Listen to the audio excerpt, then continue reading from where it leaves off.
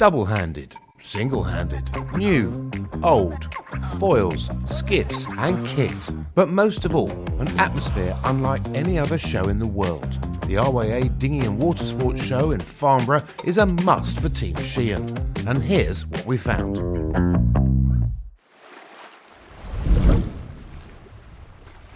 Rob, I recognise the look of this, but this is new, isn't it? Yes, yeah, this is the new VX Air. It's a new two-person single trapeze boat from the VX range. It's an exciting new boat. It's got a sister ship, the VX2, so we have two of these boats. They share the same hull with different decks. So this is the trapeze one with a taller rig, and we also have a two-person hiking version with a slightly smaller rig. Oh, really? Yeah.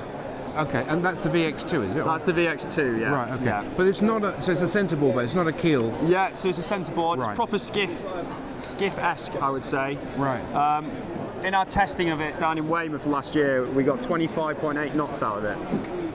So it's a bit of a weapon. Yeah, yeah. So it's kind of aimed at a bit like a 29er for grown-ups, effectively. Right. Yeah. But it's a lot easier to sail. It reminds me of the VX1, which I did sail, which is a lot bigger than this, but the same kind of configuration. Exactly that. It's a lot of fun to sail. I really enjoyed that. Exactly. It's from the same brilliant mind. So the whole concept, low clutter on the deck, very simple. You know, we've only got a kicker, Cunningham, and an outhaul for the main. Off-boom sheeting to keep the floor nice and clean.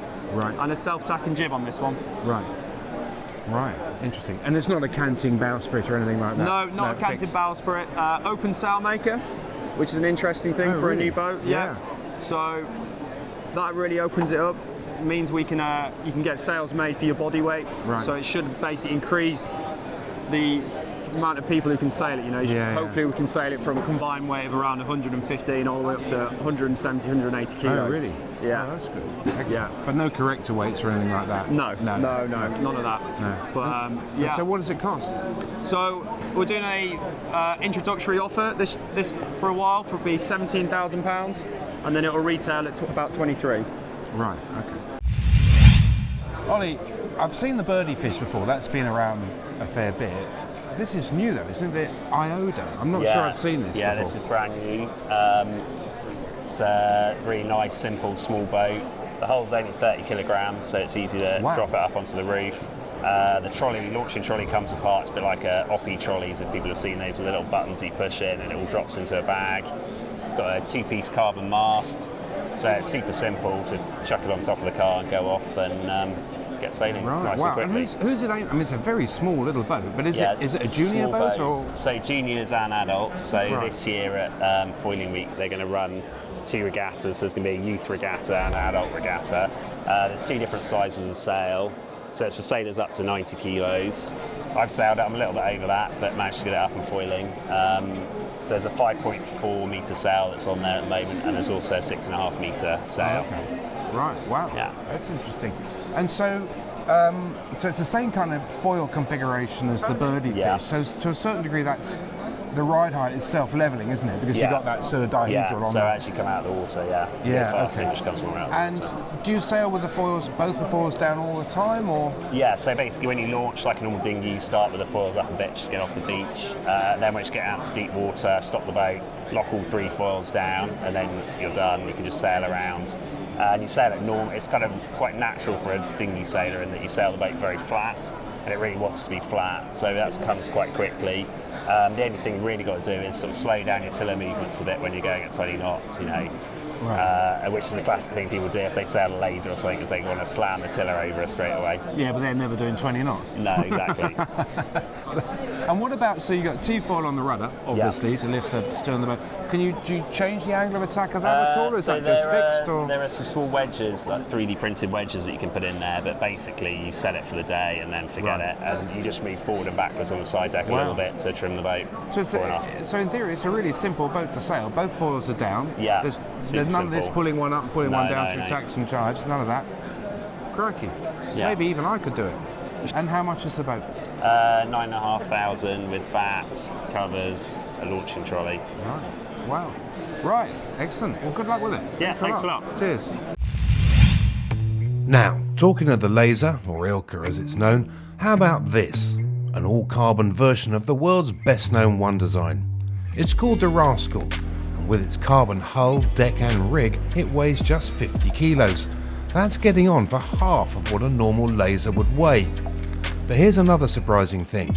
It's been conceived for adventure sailing and could be fitted with an iridium tracker, nav lights and a small amount of stowage to let you head off for some overnight adventures and endurance racing. Not heard of that before. The adventure spec starts at £11,000. Not everything was new at the show. Not everything was carbon. Some boats were old, very old. Others were wood, very wood. And that's the point. In just one giant exhibition hall in a town that's far more famous for its aviation heritage than for its contribution to the marine world, the spread of sailing designs and ideas, past, present and future, is not only fascinating, but unique in the world of dinghies and small boats. And as a result, there's always someone celebrating an anniversary. One of the things you can't miss at this show is that this year, it seems like this year more than any other year I've been to it, there's an awful lot of classes that are celebrating sort of long and proud histories. We saw the National 12 with its first boat there, and there's a number of other classes that are doing that. And one that I always come and have a look at, and another class to be celebrating an anniversary, is the Merlin Rocket class, and it's their 80th anniversary this year. And they've got some extraordinary boats on their stand. Now I'm going to have a chat. Mark Barwell, you sail a Merlin. You've been sailing a Merlin for quite some time, a haven't you? Years, yeah, a few years. Tell us first of all about this one. I mean, beautiful. So quite a significant boat for the class. This boat's called Gently. Gently was the winner of the first national championships we had as a Merlin class. So because they were originally a Merlin and the Rocket, weren't they? Two separate classes. Yeah, it was originally the Merlin and the Rocket. For the first few years they sailed separately, nothing to do with each other. Then they basically merged together. They were very close designs anyway, and they decided to merge the two in order to basically not thin out the pool, keep them all together. Yeah. So there was the Merlin and the Rocket became the Merlin Rocket. Right. And that's what it stayed. And that was 80 years ago. That the first event was 80 years. 80 years ago it was a Merlin when this boat won. Oh, I see. Not the Merlin Rocket as such at that moment. Right. So this is pre the two combined. Yeah. But this actual boat was Jack Holt's boat. This was his own boat. Oh, really? And it won the first championships in 46. Beecher Moore was the crew. Oh, really? But then the following year, Beecher Moore helmed it and also won the championships in this as well. So it's been quite a significant boat. And is it still sailing, or has it been dusted off out of a museum? Or? It's owned by the class now.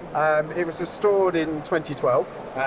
It's now going to see the water again. It was kind of restored, did a bit of sailing. Now it's really good. This year we're going to get it really on the water racing, turning up at the events. Right. Actually, it's available for members to use and anybody else who would like to have a sail on it. Wow. So yeah, we'll see it afloat a bit more this year. Yeah. So you can't miss the striking difference between this boat 80 years ago and one of the latest ones. Tell me about this boat over here. There's been a small evolution over the years, to say the least. So, tell us a bit about that. Early days, and then really the latest and greatest generation we have now. This is actually a Rocketros design, which came out a couple of years ago. It was made quite a striking effect on the class and the show as the original green one. This is now, I think, hull number 3, and again some tweaks to get it to this stage now, but it's got some distinct differences. The dreadnought bow looks quite different. The slightly more open, wider shape at the back end. Right. It's just a direction that someone's wanted to go with one particular design, and because we are a development class, we've got this flexibility where someone can do something one way or another and see how it goes and see how it develops. Yeah. Let's go around the other side so we can see into the cockpit. You can talk me through some of that. So, I mean, the big thing with all of these Merlins is I think what puts people off is they look like they're a string fit. There is a lot of string everywhere. There is a lot of string. Reality being, the actual controls to go sailing are still the same. You still have an out or down or a kicker and what have you. A lot of what you see inside the boat is to do with the raking rig, and they're all take-ups for the rig to go forward and backwards. I mean, the thing that's developed with the Merlin and come on to other classes now is the ability within one string to just rake the rig forward or rake the rig back in one action. But in moving the rig, we also let the forestay off, the shrouds, the lowers, the kicker, all of the controls are connected to that one string system. So boats like this particular one has an Allen Brothers thing called a Wheel of Fortune that's inside there. the idea of the Wheel of Fortune is it's a mechanical way of having a different set of wheels with the ratios pre-defined on the outside of it. So essentially the wheel's going round and it's paying off or bringing on the right amount of rope for each of the parts of the boat. So the window boat is probably more familiar to most people as a Merlin as such. I mean, they are, I wouldn't say they're production boats, but it's certainly a more common boat in the fleet. There's more of them available new and second hand. Dave and his team have really evolved a Canterbury Tales design, and it's had various modifications and marks. I think we're at about Mark 7 now, and essentially the original Jack Holt design boat has just been moved further and further out in widths in different areas. And we've got to a point now where this evolution has been around a couple of years now. It's been moved out slightly on the side decks, it's had quite a lot of changes, to the point where this is quite a well-known quantity. But the fleet as a whole, we have vintage racing, we have what we call classics, and we've got the moderns. So we do try to separate them to keep everybody involved. We have different classifications at our open meetings between bronze, silver and gold. So we also have ability ratings as such. So that depending on your age of your boat or your ability, you're all racing within your little class as well. Same start, same finish, but there's a secondary set of races going on afterwards and competition between competitors.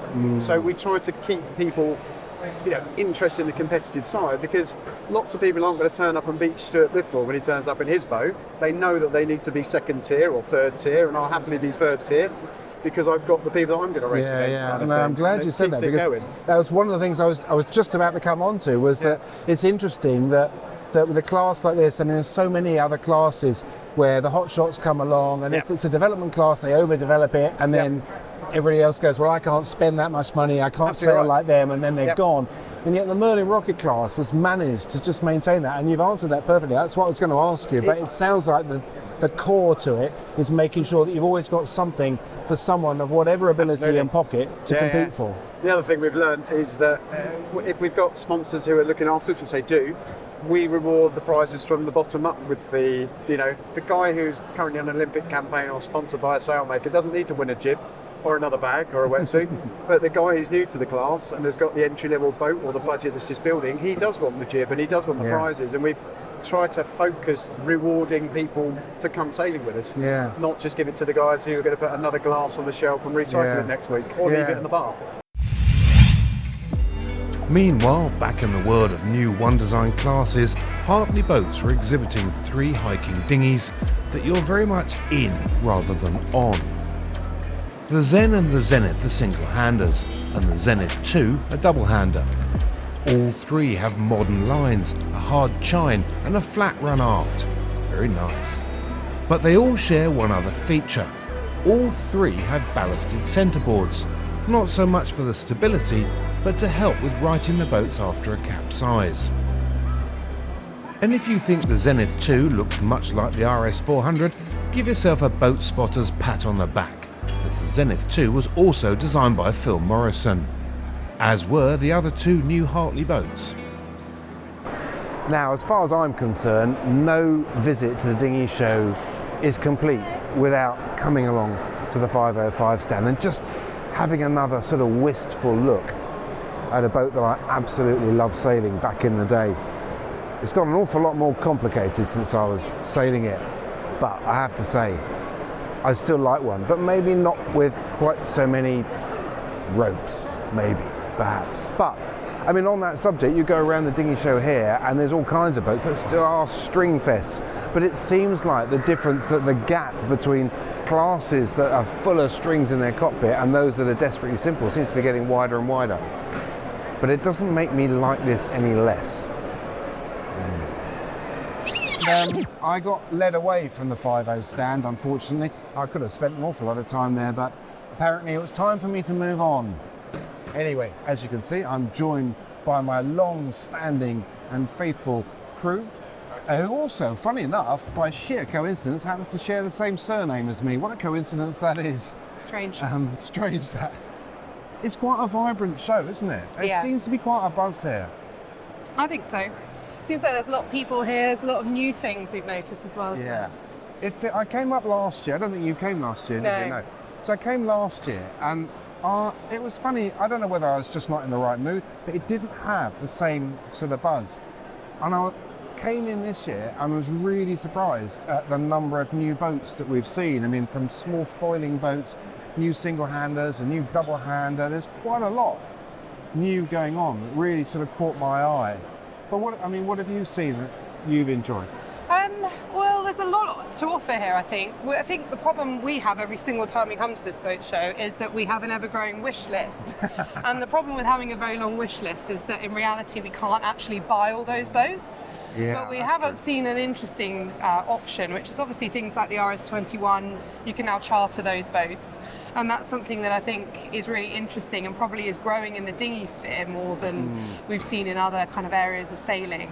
And it means that now we can really have it all. We can have our dinghy that we have, obviously our 400 that we can keep, and then we can dip in and out of and try, new different boats that we haven't been able to before. And the RS21 is a perfect example of that, and something which is probably perfect for us wanting to move into bigger keel boats. Obviously it's been around a while, it's not necessarily something new that we've seen at this show, but perhaps the concept of being able to charter boats from a dinghy perspective is something new and will allow us to achieve our wish list, maybe. Yeah. Do you think things are changing though in the sort of the age group? I mean, you're in your 30s, and it's often your generation are often described as being a generation that would far rather rent it than buy it. Does that resonate with you? And when you look at this boat and what you just talked about, the RS21, does that strike a chord with you and make it feel more available, or is that sort of a bit of a myth that you only want to rent it and not buy it? Well, I think I can only speak for myself, but I think there are a lot of options for pay to play now, and a lot of things that we do in our life, whether that's other sports or the gym, we want to be able to pay to access it when it suits us, but also have the option of changing sports, being able to do lots of different things at different times. And there are even, in the sort of big boat scene now, lots of clubs are offering access to training or doing jog events or offshore events in a pay-to-play way. And that seems to be really popular, I think, with my generation, who, we've got rising housing costs, we can't afford our own houses. We'd probably rather just pay and play with all the toys that we can and ignore the fact that we can't buy a house. And so I think the chartering option is, I think, for my generation, is great, and it means that more people can access it. And we can enjoy those multiple different sports or types even within the sport itself without having to commit fully to a boat that we might not be able to use, might not be able to find the crew to be able to commit to, or a place to hold it. So I think for our generation it'll definitely be popular, but it might be different for yours. Well, yes. Well, it's interesting though that when we came in this morning, and we're still trying to figure out our sailing calendar. When we came in, we didn't really have anything in the diary, and it seems like we took 10 paces into the hall and suddenly half the year was filled up. And they were all things like you say, weren't they? There were things like the RS21. Actually, someone approached us from the, the SB20 class, and it was a class chairman, I think, approached us there. And they don't have a boat here, but their plans sounded really interesting. They're Worlds in 2027, aren't they? Over in Torquay. That does sound, pretty interesting. I mean, I'm certainly very interested in the idea of being able to charter something and do that. What do you think about because we've been coming to the show for a very long time now, and the established classes are all still here. I'm just looking over the corner there, there's a Cadet over there, there's Fireballs, there's Merlin Rockets, there's the original National 12 here, which is amazing. And there's just, everything is here. Some of it is starting to look quite old. I mean, even I have to admit, and this is going to hurt me a lot to say this, but the 505, much as I absolutely love it, can I say it? No, I'm going to have to say it. Who would have thought the 505 is starting to show its age. That pinhead main, it's got a whopping great kite, of course, but it's starting to show its age. What do you find when you look at the established classes? What appeals to you? Are there classes that appeal to you, or are you only interested in asymmetric type boats? Well, it's a hard thing to move across from, isn't it? I think if you've grown up sailing asymmetric kites like I have, and I suspect the generation below me obviously will, it may be quite daunting to try and move across to symmetric boats. But there's obviously still ones that I think probably still hold quite a lot of favour, like Fireballs. There's always more than one Fireball at this boat show, isn't there? There's always a couple dotted around, and there's always people still looking at them and still interested in them. But it's interesting now, isn't it? Each year as we come on, there's more boats that we see massively massive foils on, you know, even in the corner, for example, the birdfish, those collection of boats, that now has just become normalised to us, and I suspect the generation below us will be even more normalised. And as each year we come, we see that more and more often, more extreme foiling boats, and perhaps that's where it will slowly filter in whilst we still keep some of these classics, which probably still appeal to some people and give you a wide range of skills, don't they? It's not just about having the newest and fastest boat. Yeah, well, I saw, what did I see? Well, obviously there's mirror dinghies here, which I'm so stuck in my ways. I can't get used to seeing a mirror dinghy without a gaff, let alone one that's glass fibre. But I mean, they're still here. They're still going strong. The Cadet's still going strong. There's a gull up the end. Oh, and I see an OK up there as well. And actually, probably the only boat I haven't seen from my past is an 11 Plus, but I haven't seen one of those for a long time. It is amazing how the sport manages to keep all these classes, and it feels like this year that there are more classes now coming out than we've ever seen before. I'm not actually sure where they're all going to go, but it's much bigger range, isn't it? Yeah. Before we would just see these sort of the classic boats that we all grew up sailing, and then with a sort of sprinkling of newer boats, you know, with, you know, different kind of sails and more modern looking and slightly asymmetric kites. But now it's moving even faster, isn't it? We're seeing, as I said, a lot more foiling boats as becoming the norm, and it must be going that way. But they'll just have to find some more room, I suppose. Right, yeah, I guess so, yeah. Right, well, we've still got a few to see, so let's go and have a look at those. And there was plenty. From an 18-foot skiff to a plastic mirror. It doesn't have to be new to be interesting. And it doesn't have to be a boat either. So this is the Sailteck Race Compass. And it's conventional in the sense it gives you heading, time, countdown, the tactic mode that helps you find more easily the wind direction in the terms of direction of the wind rather than just the headings. It's got the nice big numbers, large solar panel, big buttons, so it makes it very easy to find out your wind shifts. When did you launch that? Was that 2 years ago? Nearly 2 years ago. Yeah, it was this. Our first show was really this time last year, but it had already been on the market since September. So this looks on the outside very similar, but actually we have a GPS inside. Right. The red buttons are the key sign that it's got some GPS functionality.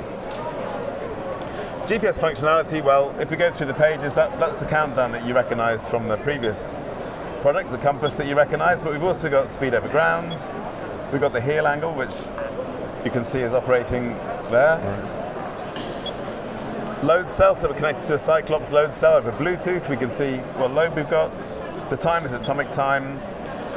And of course, if we ping the lines by pressing and holding these buttons, then we get line distance. So that's a fairly conventional GPS compass. But in this package that's solar powered with a wide view angle. And something else that's interesting is it's got a track sharing system. It's got a radio system that can communicate over the entire race course, free of charge because it doesn't use 3G, but it is the 3G kind of frequencies that can go a long way. And that lets you record not just your own track, but the tracks of other boats as well. Oh, really? But only boats that have got this device on it? Indeed. Okay, interesting. And so then what do you do? So you record those tracks, come home, download it? That's right. So if you're a squad training, for example, and you decide to set yourself up with this, then that means that for the coach, you know, it's all combined for you. You don't have to go up to the cloud, down to the cloud. If someone forgets, they're missing from the list, you know, it's just all done live. And it's done live, so if you're a committee and you want to see where the boats are live, it's there. And actually we're partnering with Track for the launch. So if you've got a regatta with 90 boats with the Track trackers and 10 boats with these, well, these 10 boats don't need to have the separate Track beacon. Right. They can use this system, and that means no recharging needed. What kind of classes are you able to work with? Because there are still, as I'm aware, quite a lot of the classes still ban electronic aids, certainly in dinghy classes. Is that changing, and who are you working with? That's a great question, and what I'd like to show you is this. So this is the key mat from the Race Compass, and if you put this key mat in, it's very easy to do actually. You simply take the bezel off, and you swap out the key mat. Then what happens is that the software inside recognises the key mat, recognises that it's a grey key mat and gives you the same user interface that you had and you used to from the fully classed legal, and there it says grey keys, and you now have a user interface that you recognise from the race compass. Oh, right. No speed over ground, no pinging lines, Right. but you're still running all of the track sharing, you're still running the radio system, and actually we're developing for this an automatic starting system that gives you an overline indication. So if you're an ILCA class, let's say wanting to use, let's say for the next Olympics, an overline detection system, then this gives you really a full solution in one package. Right, that's fascinating. That's really interesting. And are you seeing, as far as the class associations and their rules are concerned, are you seeing more classes changing their rules to allow electronic instruments, or is it still quite hard work convincing them? I think I'm seeing every class discuss. Classes are waiting, I think, for a solution that really suits them. And what we believe is that this is it. And so the list of toys, talks and tantalising boats went on. In fact, the only reason we left was that the show was closing around us. 2 days of raceboat heaven.